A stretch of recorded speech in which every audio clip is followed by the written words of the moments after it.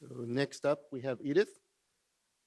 Edith Humphrey, Pittsburgh Theological Seminary.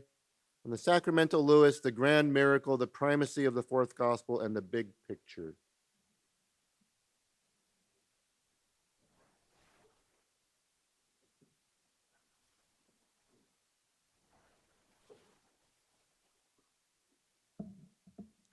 Thank you so much.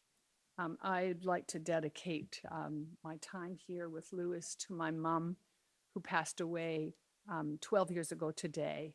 As she would have said in her Salvation Army contact, she was promoted to glory. And I think that Lewis would like that. He whom I bow to only knows to whom I bow when I attempt the ineffable name, murmuring thou, and dream of Phidian fancies and embrace in heart the symbols I know which cannot be the thing thou art. Thus always taken at their word, all prayers blaspheme, worshiping with frail images a folklore dream.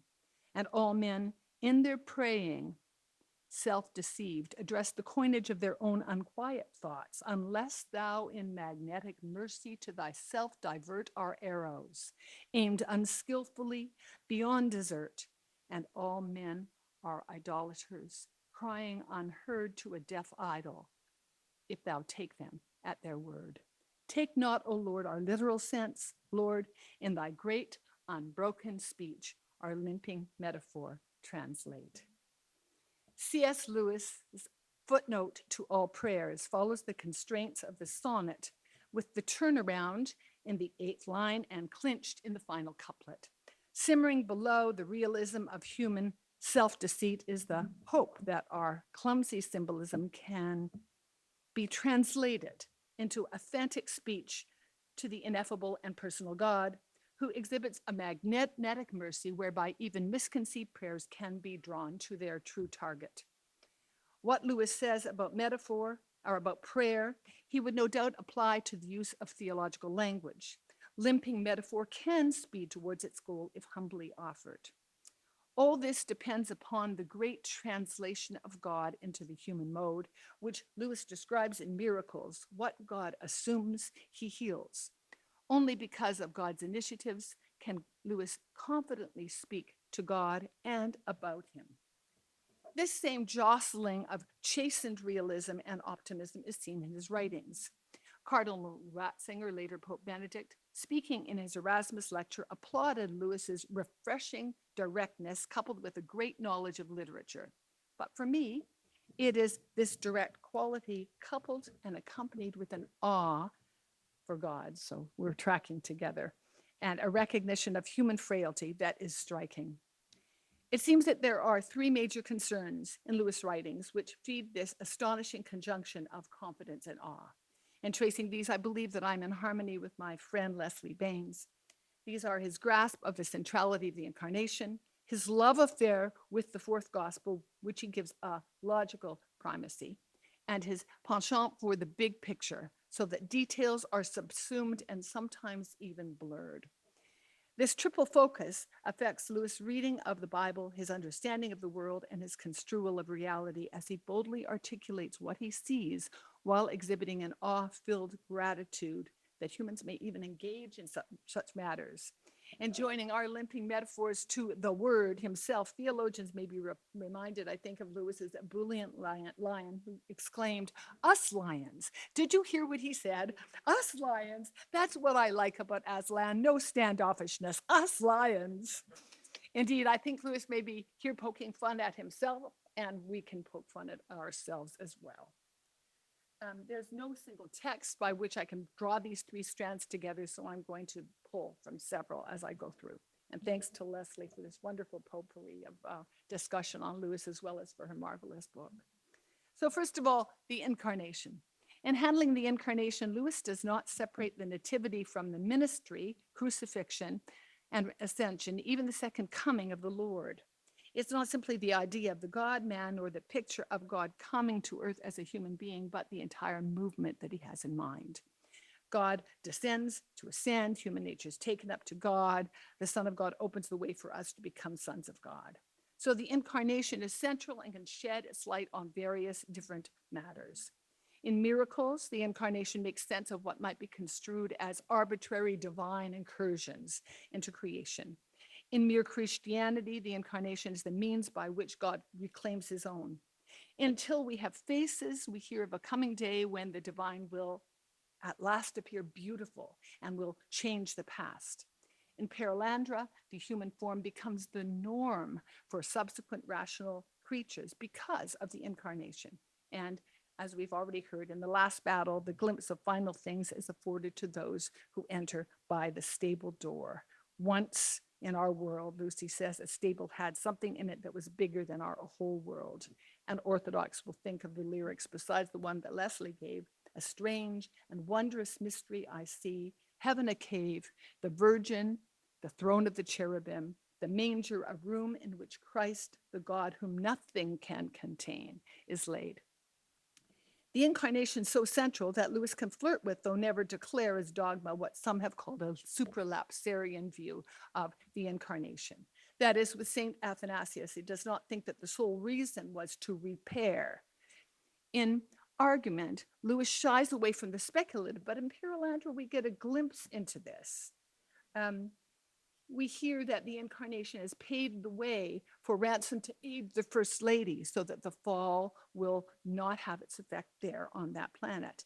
And when Ransom asked the lady if she knows why God became human, she says gravely, yes, I know the reason, but it's not the reason that you know. There was more than one reason. The primacy of the fourth gospel. It's perhaps the cosmic scope of the fourth gospel that drew Lewis to it.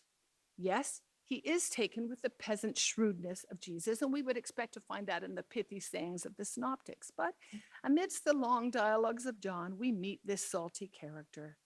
Go and find your husband. Do you want to be healed? If you were blind, you would have no guilt. But where does Lewis find that major plank in his trilemma, Jesus forgiving sins? This gospel, would say, takes the examples of the Son's synoptic forgiveness to a higher level. For the Father judges no one, but has given all judgment to the Son, that all may honor the Son, just as they honor the Father. Or, for judgment I came into this world, that those who do not see may see, and those who see may become blind. And it's in John's gospel, too, that Lewis finds judgment shaped as inevitable consequence, not simply a divine dictum.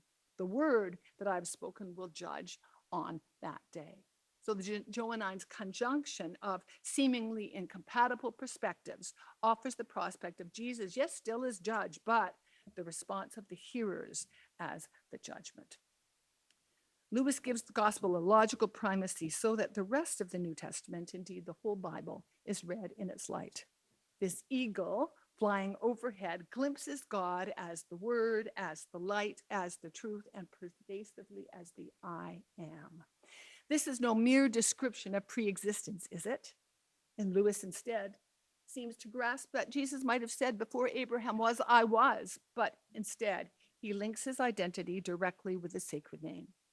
Even here, though, Jesus does not make a direct claim to be God, though the narrator and the characters do. The synoptic centurion's Son of God identification is supplanted by Thomas's my Lord and my God without demurral from Jesus. Even in this gospel of high Christology, Jesus, to use Lewis's own wording, goes about talking as though he was God. I would say were. I'm surprised at Lewis, but there you go. Neither Lewis nor the Gospels put that explicit identification on Jesus' lips, yet it is in the fourth gospel itself that Jesus finds the outrage that the evangelist believes would be evoked among those shaped by post-exilic monotheism. My friend Leslie points out that all forms of Judaism were not so rigorous, and she's right, but this is hardly important to Lewis, who, along with the evangelist, accepts the prophetic articulation of a single God. It is no doubt the regal Jesus, or the regal, Jesus of the fourth gospel, who captures Lewis's imagination. Despite the tenderness and the saltiness of Jesus, it is often the Lord walking unscathed through the crowds, who lingers in the minds of those who read John. Until we have faces, Psyche displays the same aplomb, touching the ill, until her sister fears for her life, walking as the blessed calmly to the tree of doom. We need not wonder that in his essay, Modern Theology and Biblical Criticism, Lewis lapses when he characterizes the gospel by reference to the woman caught in adultery, while also speaking of the Samaritan woman and the unforgettable end nukes. Here he gestures at the artistic austerity of this gospel with its poignant points of realism, a characteristic which John shares with other biblical narratives and which stands in contrast to other ways of embellishing narrative. Lewis's brief nod to Auerbach, mimesis, is not as simple or as mistaken, I think, as my friend pictures it. Lewis refers to Auerbach's depiction of variations and changes in depicting reality throughout the centuries, culminating for us in the modern novel, which emphasizes ordinary people and specific cultural and political situations.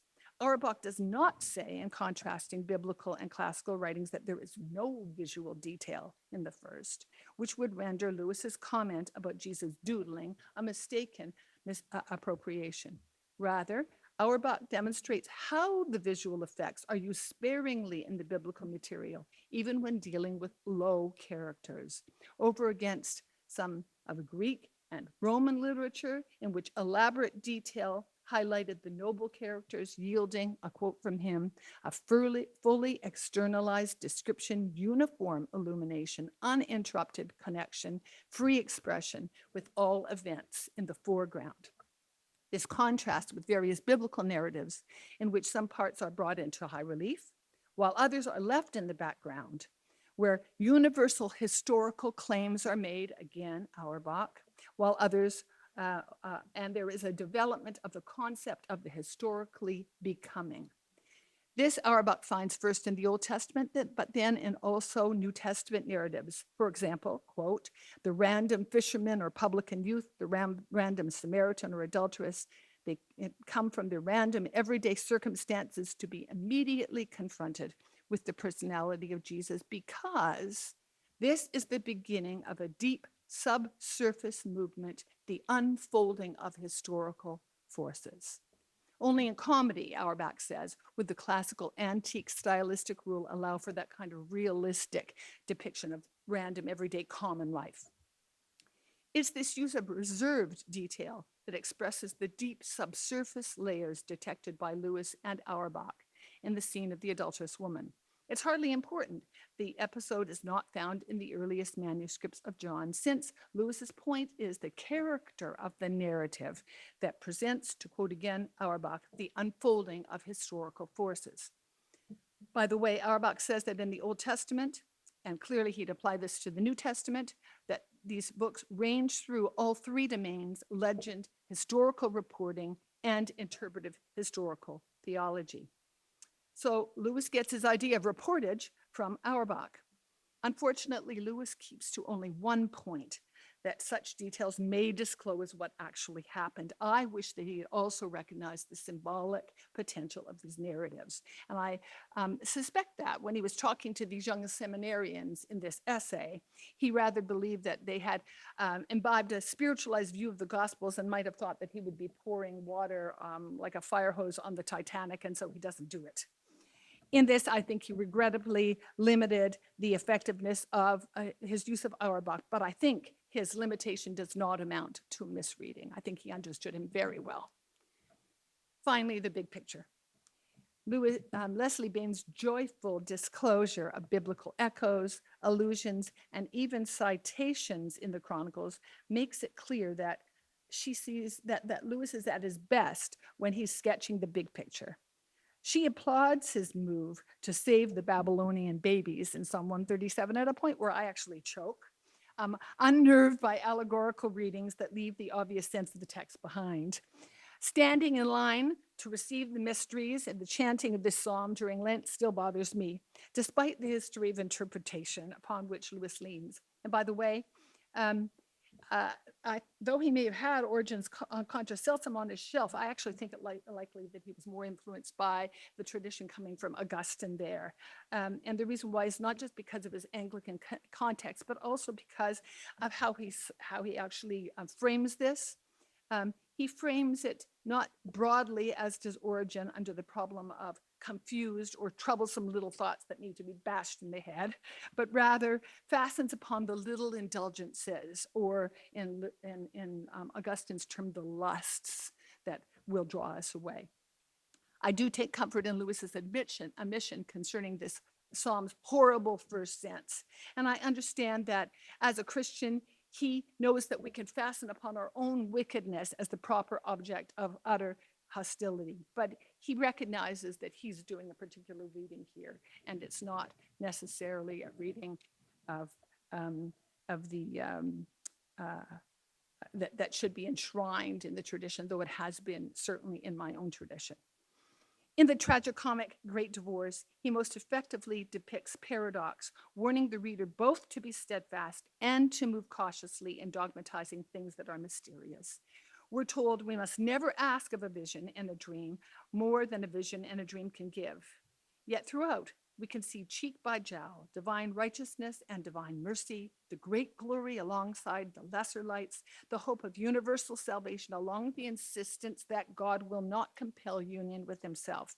And so Balthasar approved of Lewis, and I think that if he were to look at Balthasar's question of his famous book, Dare We Hope That All Men May Be Saved, Lewis would say, channeling a chastened MacDonald, yes, we may hope, but we must not declare it, right? His delicate handling of these questions, brought in persons who are not merely caricatures, induced me to capture the eschatological contribution of the Great Divorce as a kind of a theological mystery. And so I won't bore them with you here, but I worked out 8 barriers or boundaries within which Christians should faithfully work when they're thinking about final things and judgment. Finally, we turn to the silver chair, which, as Leslie discerns, my very favorite, by the way, Leslie discerns concerns the truth that liberates. But for Lewis, the truth is not just a perspective on ourselves and the world and eternity. Truth is a person. And in the opening pages, this person is named and pictured as the originator of a powerful wind, and then met intimately by Jill. In illumining this episode, Leslie helpfully adduces the Exodus I am and Aslan's appearance on a mountain, Isaiah 55 and John 4. But I think there's more scriptural layering here, as well as an explicit quotation, an 8, to add to her 7. Aslan warned Jill regarding the desired stream, there is no other. This exact phrase is repeated 11 times from Deuteronomy to Daniel, but most frequently in Isaiah 45 and 6, where the full sentence is I am, and there is no other, ego eimi kai ugestin eti o alas. There's a variation there, found throughout Isaiah 45 and 46. And in Lewis's vignette, the clauses, there is no other and I am, are separated by dialogue, but yet the I am is there, and I think is meant to be attached to the there is no other. In context, Lewis joins this refrain to the pictures of divine water source in the Psalms and Prophets. If you are thirsty, then come and drink. In sequence, we hear, are you thirsty? Then come and drink. There is no other stream, I am. And so, as Leslie Baynes points out elsewhere in her analysis, Lewis reads the Old Testament through the lens of the New. Jill encounters a figure, as did the Samaritan woman and those who heard him on the last day of the feast. If anyone thirsts, let him come to me and drink. And in John, this invitation is followed by, I am the light of the world. This same theme of light permeates the silver chair and floods its final passages when the children leave the underworld and find that the Narnian stars are nearer in the sky than the stars in our world. Especially the light predominates when the children in Aslan's own country again revel in great brightness of midsummer sunshine and walk with Aslan beside a fair, fresh stream, certainly the first stream, I would say, in where all harms are healed and Caspian is raised. Finally, Aslan sits with his golden back to the human world and his lordly face to Narnia. I've got shivers. While the children and Caspian who attend him are resplendent in glittering clothes and borrowed glory. The complex of water, lordship, capital Lord, and light gestures at the one who is truth and who can even confound the idiocies of the experimental house in the world of Jill and Eustace. I'm tempted to go one step further. Is it possible that Lewis receives the Old Testament I am and water imagery not only through the fourth gospel, but through his own ecclesial tradition? Has he imbibed this confluence of imagery through the well-known hymn of the Scottish lyricist Horatio Bonner? I'm going to do the other one. I heard the voice of Jesus say, come unto me and rest. Lay down, thou weary one, lay down thy head upon my breast. I came to Jesus as I was, weary and worn and sad. I found in him a resting place, and he has made me glad. And time forbids, but I could go on to show the imagery of watery, water, light, and so on, from which I think Lewis was nurtured.